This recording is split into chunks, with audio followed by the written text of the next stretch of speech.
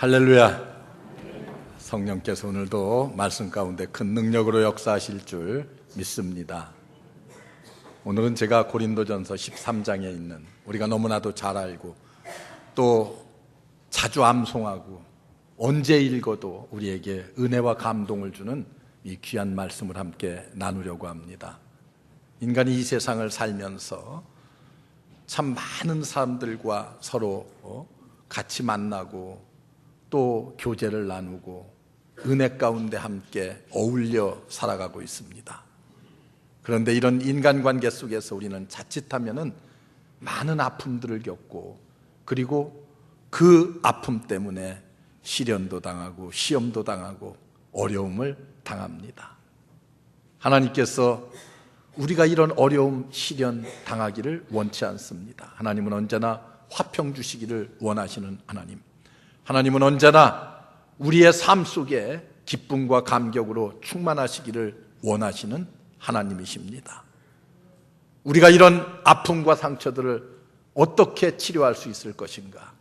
치료의 핵심은 언제나 복음입니다. 복음이 우리 가운데 들어오고 내 심령 속에 들어오면은 복음은 우리의 아픈 마음들을, 우리의 여러 가지 상처받은 심령들을 치료해 줍니다.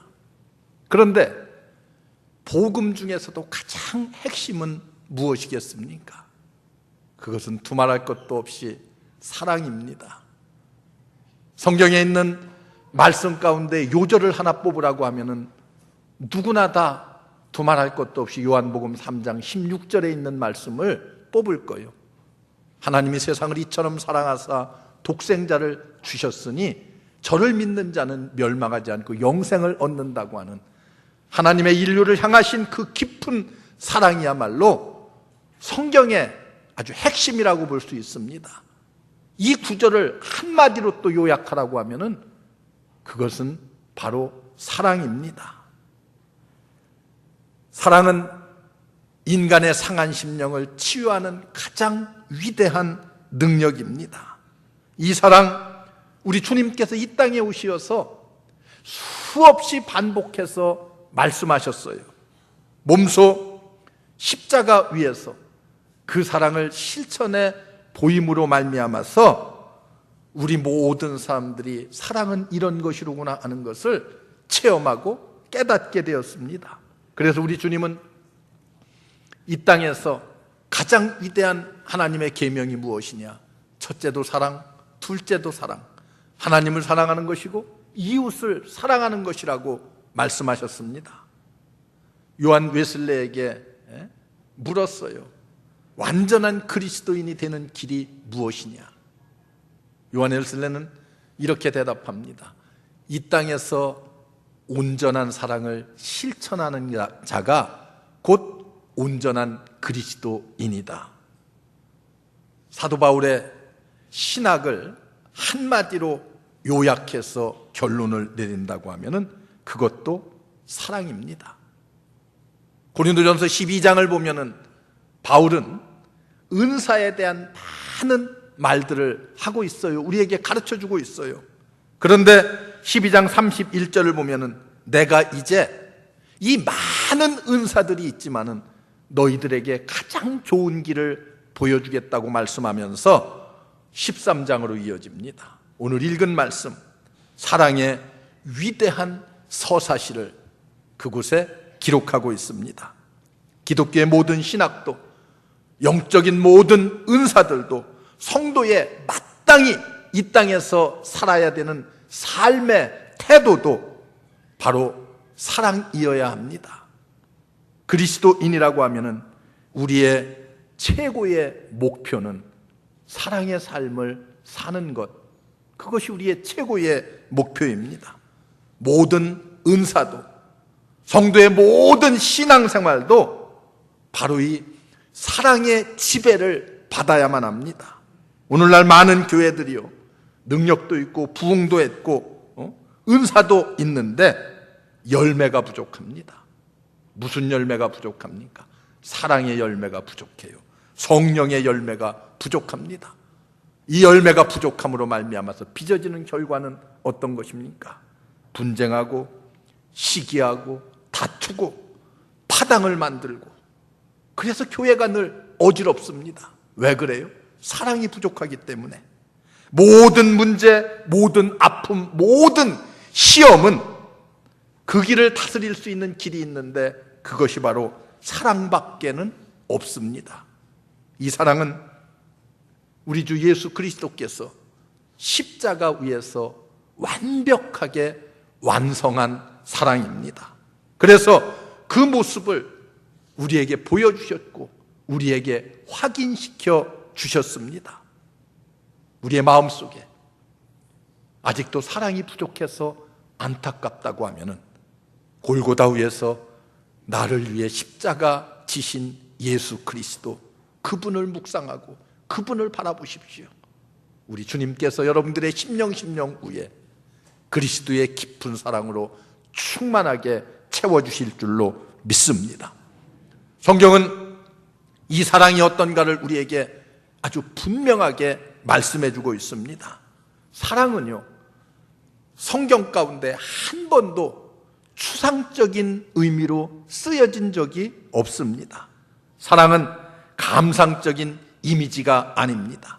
성경은 언제나 철저하게 실천적 의지를 가지고 사랑을 표현하고 있습니다. 사랑은 실천적인 행동입니다. 행동이 없는 사랑은 사랑이 아니에요. 그래서 우리 주님이 그 실천적 사랑을 몸소 십자가 위에서 우리들에게 보여주고 증거하셨습니다.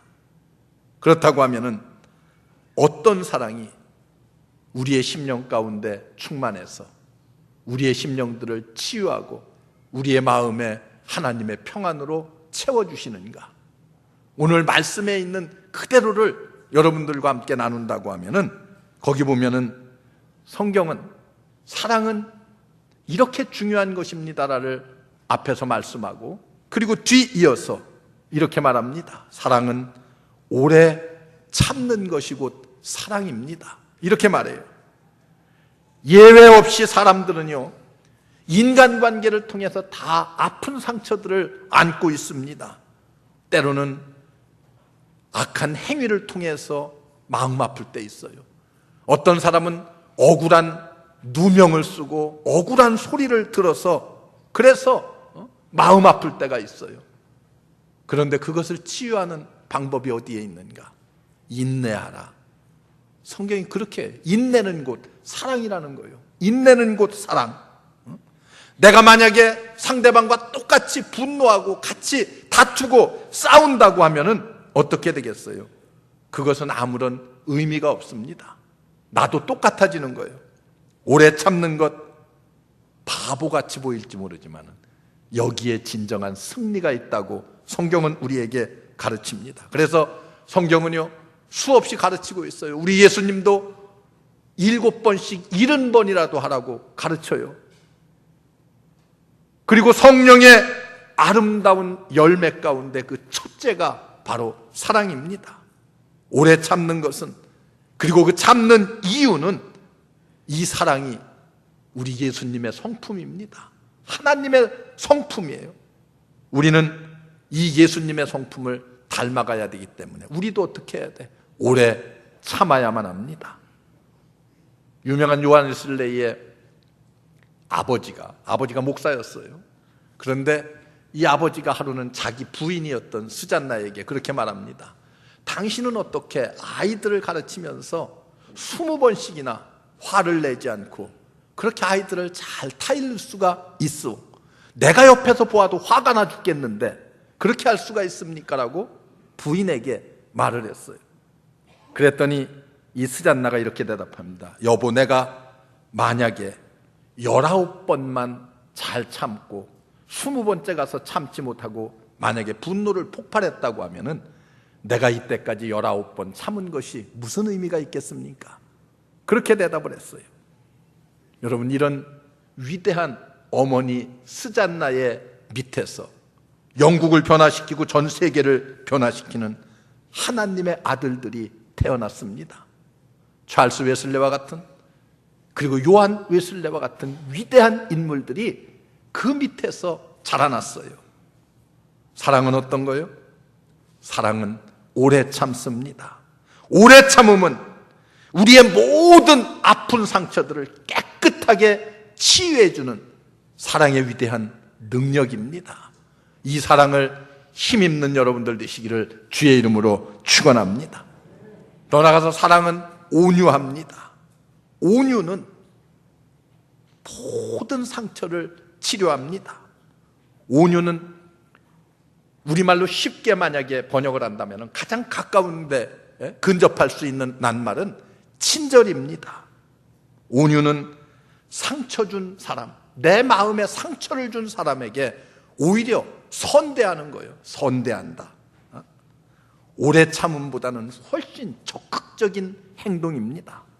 만약에 내가 그냥 참고 끙끙 앓으면서 참는다고 하면은 그보다 한 단계 더 나아가서 내게 상처 준 사람을 친절하게 선대해 줄 수 있다고 하면은 이것은 어떤 거요? 한 차원 더 높은 차원이라고 말할 수가 있습니다. 미국의 위대한 대통령 링컨은 그를 아주 덜 괴롭혔던 정치적인 뭐라 그럴까요? 상대방 적들이 있었어요. 뭐 고릴라 같다느니, 배움이 학식이 짧다느니 여러 가지로 링컨을 괴롭혔습니다. 링컨은 대통령이 된 뒤에 그들을 다 들어서 장관을 삼았어요.